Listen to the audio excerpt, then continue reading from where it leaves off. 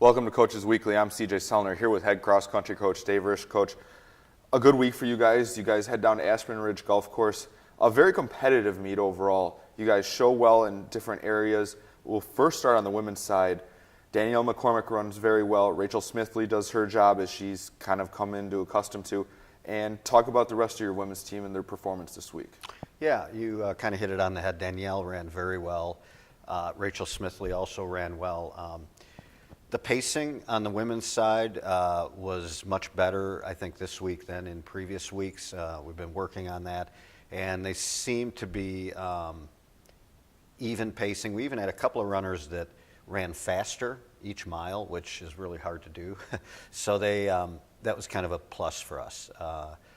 Rachel is still kind of figuring out the pace a little bit. She's newer to racing and to this distance racing, and so she's, I think once she hones in on the sort of the perfect timing and the perfect pacing, her time's going to come down quite a bit. So she's really worked hard, and I think she's got her best races still to come.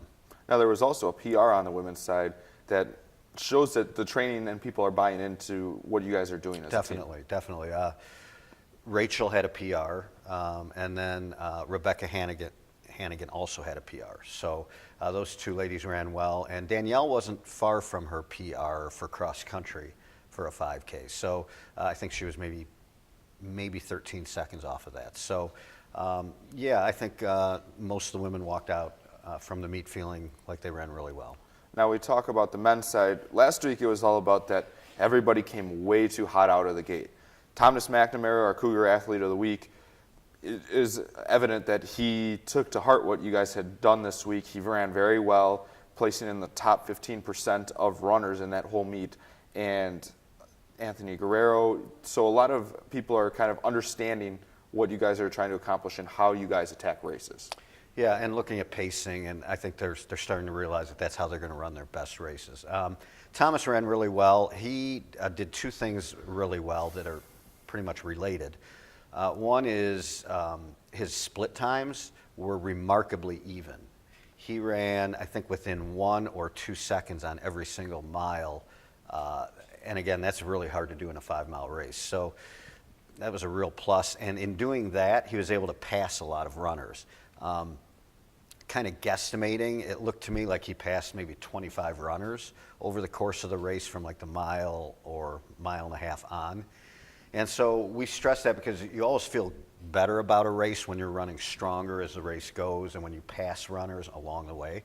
It just makes you feel better than if 10 guys blow by you and pass you. So I think Thomas felt good about his race. He's still got his better races coming, and I think his time will be under 27 really quickly. But he did drop off, I think, 7 seconds and set a new PR by 7 seconds. So we're happy for him. Anthony Guerrero also ran really well. He set another PR. He kind of gets stronger every week and faster every week.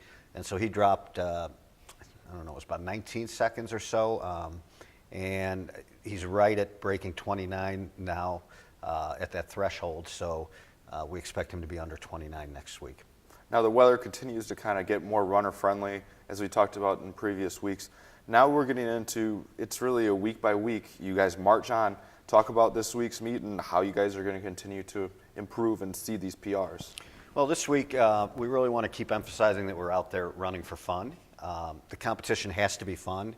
I know there's been a lot in the news the last week or two about with the Miami Marlins, the Florida Marlins, having that athlete that passed away. We really talked a lot as a team, and kind of our word for the day on Friday was keeping it fun, kind of keeping that youthful enjoyment of the sport and showing up with a smile on your face and some pep in your step, and making sure that we're out there for the right reasons because we really love the sport and we love competing. So that's kind of been an emphasis for us the last couple of weeks, and this week it's an exciting week for us because we have Family Day, so we'll have probably 75 to 100 family members out there cheering for us and some alumni out there too.